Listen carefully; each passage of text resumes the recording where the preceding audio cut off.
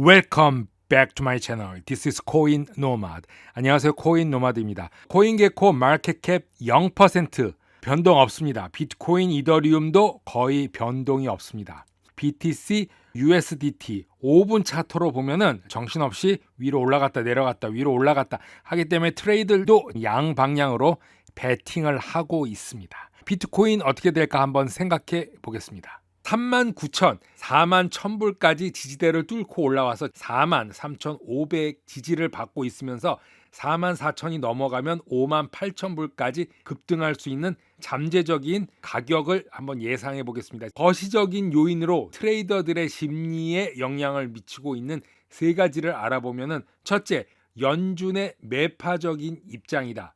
인플레이션을 방지하기 위해서 금리 인상과 자산 구매 축소, 페이퍼링을 할 예정인데 며칠 전 다시 비둘기파적인 입장으로 선회할 수밖에 없었죠. 왜냐하면 그동안 풀린 엄청난 양의 달러는 다시 거두어 드릴 수 없습니다. 램프에서 나온 진위를 다시 램프 안으로 가두기는 힘든 것이죠. 두 번째, 러시아와 우크라이나 사태가 아직 끝나지 않았다. 전부 다 러시아로 복귀된 것이 아닙니다.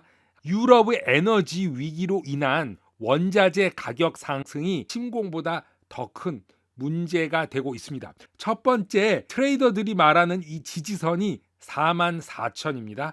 또 47,000. 바로 이 구간입니다. 이 구간만 넘으면은 고지를 탈환하는 것이고 다음 단계로 갈 수 있습니다. 56,000, 58,000까지 갈 수 있는 그런 위치에 서 있다. 이거를 돌파하느냐 안 하느냐가 굉장히 중요하다. 이거를 돌파를 못하면 저번에 말씀드렸던 것 같이 38,000까지 후퇴할 수 있고 일시적으로 32,000까지도 갈 수 있다. 물론 44,000불을 뚫고 올라간다면은 일종의 충동적인 돌파구, 구매로 인해서 패닉셀이 아닌 패닉바이, 충동 구매로 풀백, 후퇴하지 않고 곧장 XRP처럼 올라갈 수 있는 그런 위치다. 58,000까지 올라갈 수 있다는 것이죠. 10,000불 이상 치고 올라갈 수 있다. 매수세만 붙으면은 금리고 뭐고 상관없다. 쭉쭉 올라간다. 그렇지 못하면은 32,000까지 빠진다. 그래서 변동성이 비트코인이 크다는 말이 나온 것입니다. 시장 구조적 관점으로 볼 때 비트코인이 영원으로 간다. 이런 말은 하기 힘들다. 시장 구조 관점으로 볼 때 40,000불이 굉장히 중요한 선이고 방심하면은 38,000, 32,000까지도 갈 수 있지만 그것이 우리가 바라는 바가 될 수도 있죠. 마지막 구입할 수 있는 절호의 찬스가 될 수 있다. 32,000부터 38,000까지는 무조건 시장가로 구매하여야 된다. 38,000부터 58,000까지는 변동성 있는 구간이다. 이 구간은 왔다 갔다. 이게 정상적인 비트코인이다. 58,000까지 가면 또 이런 말이 나옵니다. 비트코인 올해 20만 불까지 간다고 합니다. 이런 말이 나옵니다. 공포와 탐욕의 희생양이 돼서는 안 되고 우리의 한 푼 두 푼 낭비하면 안 된다고 생각을 합니다. 물론 이런 그래프를 보면은 2000년대의 이렇게 크래쉬, 2008년도의 크래쉬, 그리고 코비드 때문에 생겨난 작은 크래쉬, 이거는 한 개의 봉이 3개월입니다. 그리고 언제 올지 모르지만 이런 크래쉬 충분히 있을 수 있습니다. 하지만 그날이 올 때까지 우리는 계속 앞으로 나아간다. 이거를 꼭 기억해 두시면서 38,000부터 58,000까지는 변동성 큰 비트코인을 우리가 이해해야 된다. 비트코인이 나를 이해하는 것이 아니라 우리가 비트코인을 이해해야 한다. 그것이 이 크립토 시장에서 살아남는 방법이다. CNBC 인터뷰에서 저명한 투자자 빌 밀러가 비트코인 채택이 확산됨에 따라 가치 저장의 기능적인 역할도 확대될 것이라고 말하고 있습니다.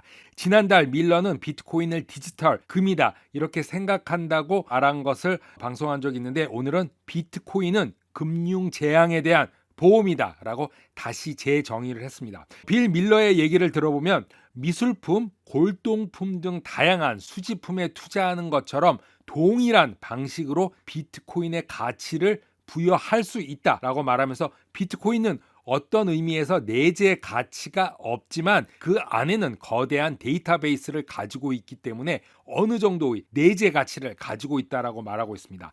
그 가치는 피카소 그림 또는 소장용 야구 카드와 같이 비슷하다. 자산 중에 하나의 포트폴리오 일부가 되어야 한다고 생각을 한다고 말했습니다. 빌 밀러는 비트코인이 예상치 못한 비상사태로부터 보호하기 위한 일정의 보험 역할을 할 수 있다고 보고 보험 상품은 내재 가치가 없다. 사실은 내재 가치를 투자자가 원하지를 않는다. 집이 불에 타거나 끔찍한 사고를 당하는 것을 원하지는 않지만 만일의 경우에 대비해서 매년 보험료를 내고 있는 것과 같은 맥락이다라고 생각하면 된다고 말하고 있습니다. 디지털 관리 회사 코인쉐어가 기관 투자자들이 새로이 생성된 암호화폐 투자 상품으로 가고 있다. 이 그래프를 보시면은 한 달 동안에 유입된 금액 중에 반 이상이 일주일 안에 유입이 된 것이다. 일주일 동안에 엄청난 양이 유입이 됐는데 그 중에 이더리움을 보면 예상한 것과 마찬가지로 9주째 유출했던 것을 깨고 이제 상승으로 나가고 있다. 전체의 유입량의 20%, 25%가 이더리움이 되었다. 그래서 비트코인과 이더리움이 차이가 없어지기 시작했죠. 멀티에셋은 여전히 강세를 보이고 특별한 것은 바이낸스는 최근에 유입된 것이 없지만 솔라나 3.1 밀리언, 리플이 알트코인 중 두 번째로 2 밀리언이 유입이 되었다. 이더리움, 솔라나, 리플이 이번 주는 상승의 원동력이 되었다. 이렇게 말하고 있습니다. 여기에는 나와 있지 않지만 새로이 생성된 알트코인 투자 상품 3가지가 있는데 테라, 루나, 테조스, 코스모스, 아톰 이 3개는 각각 220만 달러, 테조스 900만 달러, 코스모스 600만 달러의 자금이 유입이 돼서 이더리움, 솔라나, 리플과 함께 6개의 코인들이 지난주 상승의 원동력이 되었음을 알 수 있습니다. 특이한 사항은 9주간 유출을 끝낸 이더리움이 스마트 계약 플랫폼에 있어서 비트코인을 이어서 이더리움이 상승하는데 앞으로 알트코인도 상승장을 기대해 볼 수 있는 아주 긍정적인 소식이라고 생각이 됩니다. 워런 버핏의 마스터카드 주식 매도와 관련된 소식으로 마스터카드도 새로운 돌파구를 찾고 있는 것으로 보입니다. 마스터카드는 지불 중심의 컨설팅 서비스를 암호화폐 산업으로 확장하기 위해 디지털 자산 유입으로 나갈 것을 밝혔는데요.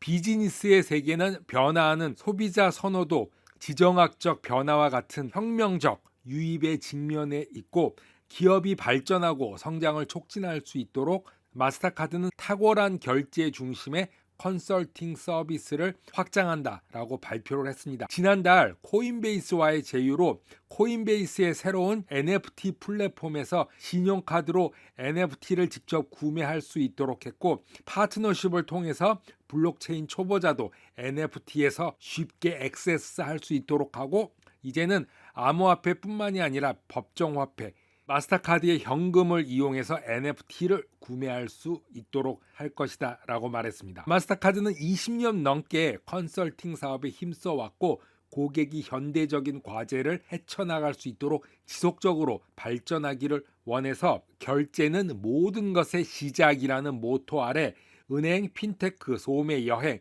기타 분야의 고객들과 협력해서 고객이 직면한 모든 도전과 기회를 분석하고 다음 단계를 예상하도록 돕는 차원에서 암호화폐 컨설팅 서비스는 NFT에서부터 CBDC에 이르기까지 광범위한 블록체인 분야를 다룬다고 합니다. 더 나아가서 중앙은행이 마스터카드의 테스트 플랫폼을 사용해서 중앙은행 디지털 통화 CBDC의 설계, 배포까지 탐색할 수 있도록 지원을 하고 배포 전 다양한 시나리오를 연구해서 이 지불 시스템 그리고 중앙은행의 정책, 규정에 대한 심층적, 전문적 지식을 활용한다는 큰 포부를 밝혔습니다.